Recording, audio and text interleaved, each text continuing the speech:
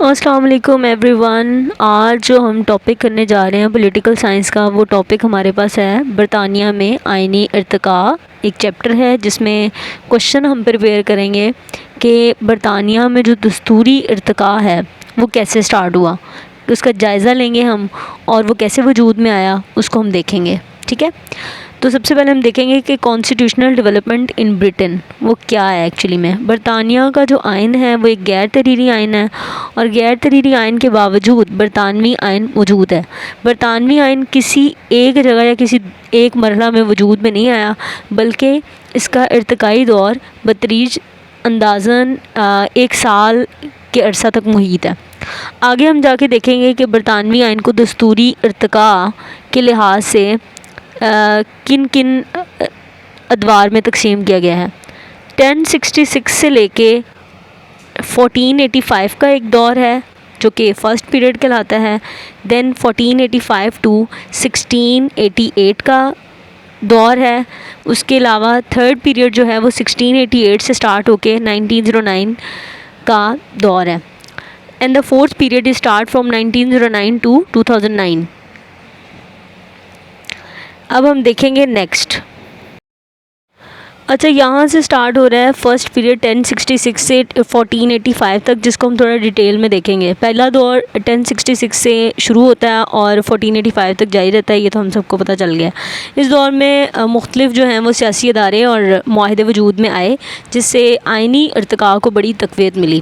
سب سے پہلے جو ہم بات کریں گے وہ کریں گے گریٹ کونسل، مجلس اعلیٰ کی. برطانوی دستور ارتقاء کے پہلے دور میں مجلس اعلیٰ وجود میں آئی. مجلس اعلیٰ برطانیہ کی پہلی پارلیمنٹ تھی، اور مجلس اعلیٰ کا بنیادی کام کیا ہوتا ہے کہ بادشاہ کو حکومتی امور کے متعلق مشورے دینا. بادشاہ مجلس اعلیٰ کے مشوروں کا پابند نہ تھا، اور مجلس اعلیٰ کا اجلاس بادشاہ طلب کرتا تھا. مجلس اعلیٰ کا اجلاس 3 یا 4 مرتبہ منعقد ہوتا تھا، سال میں 3 یا 4 مرتبہ.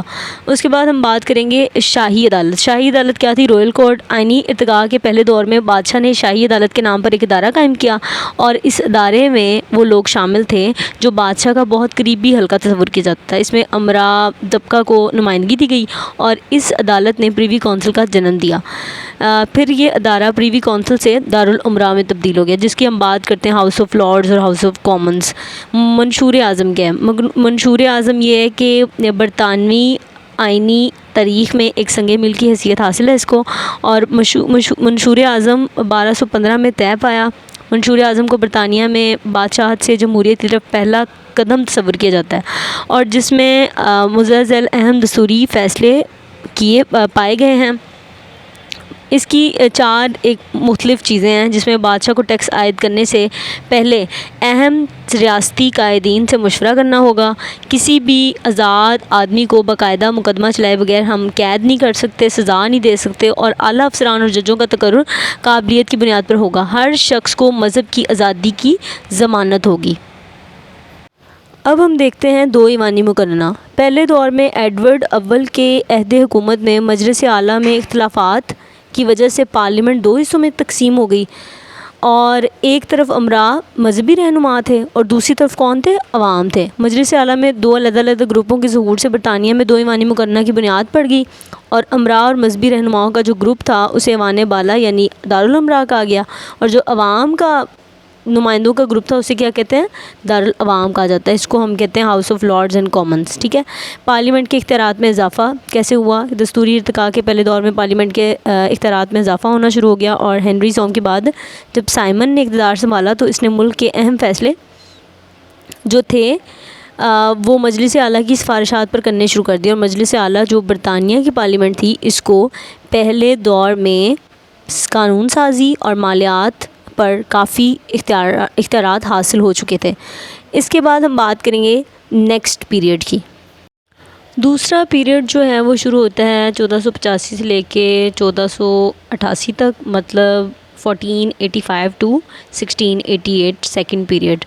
برطانوی دستور کے ارتقاء کے دوسرے دور میں جو تبدیلیاں رونما ہوئیں، آئینی واقعات جو رونما ہوئے، ان میں سب سے پہلے ہے ٹیوڈر عہد حکومت، مطلب ٹیوڈریگن اینڈ اسٹیورٹ عہد حکومت، اسٹاورٹ اینڈ عرض داشت حقوق, petition of rights and civil war and restoration of monarchy, glorious revolution. یہ 4-5-6 چیزیں ہوئی تھیں دوسرے پیریڈ میں. اب ٹیوڈر عہد حکومت کیا ہے؟ ٹیوڈر عہد حکومت میں پارلیمنٹ کے اختیارات میں کمی کر کے بادشاہ کو مضبوط بنایا گیا. ٹھیک ہے. اور ٹیوڈر عہد حکومت میں مطلق العنان بادشاہت کی وجہ سے بہت سی فتوحات بھی ہوئیں جس کی وجہ سے ملک میں معاشی خوشحالی آئی. معاشی ترقی کی وجہ سے عوام کی توجہ سیاسی ترقی کی طرف کم رہی, اور ٹیوڈر عہد حکومت دستوری رکاوٹ کی ایک اور اہم وجہ برطانیہ میں احیاء دین کی تحریک تھی, جس کی وجہ سے عیسائی قوم 2 فرقوں میں بٹ گئی, ایک کیتھولک اینڈ دوسرا پروٹیسٹنٹ فرقے میں وہ منقسم ہو گئی. اسٹیورٹ عہد حکومت میں برطانیہ میں 1603 میں اسٹیورٹ خاندان کے عہد حکومت کا آغاز ہوا. اسٹیورٹ خاندان جو تھا وہ مطلق العنان بادشاہت کا حامی تھا, اور اسٹیورٹ خاندان نے ریاستی امور میں پارلیمنٹ کو بہت زیادہ نظر انداز کرنا شروع کر دیا, جس کی وجہ سے پارلیمنٹ اور بادشاہ کے درمیان آئینی جنگ شروع ہو گئی. بادشاہ نے اپنی بالادستی کے لیے پارلیمنٹ کے ادارے کو توڑ دیا, جبکہ عوام پارلیمنٹ کے حق میں سڑکوں پر نکل آئے, جس میں آخر فتح جو تھی وہ عوام کی ہوئی. عرضداشت حقوق. عوام کی بالادستی کو تسلیم کرتے ہوئے چارلس اول نے 1668 میں پارلیمنٹ کا اجلاس طلب کیا اور عوام کے حقوق کے چارٹر پر دستخط کیے, جس کو عرضداشت حقوق کے نام سے یاد کیا جاتا ہے. اور اس کی اہم شرائط مزلزل ہیں کہ پارلیمنٹ کی منظوری کے بغیر بادشاہ عوام پر کوئی ٹیکس نہیں لگا سکتا, کسی شخص کو اس کی زندگی یا اس کے کسی عضو سے محروم نہیں کیا جائے گا, اور فوجی سپاہیوں کو عام گھروں میں نہیں رکھا جائے گا. زمانہ امن میں مارشل لا بھی نہیں لگایا جائے گا. یہ جو پٹیشن آف رائٹس تھی اس میں یہ چیزیں جو تھیں وہ شرائط رکھی گئی تھیں.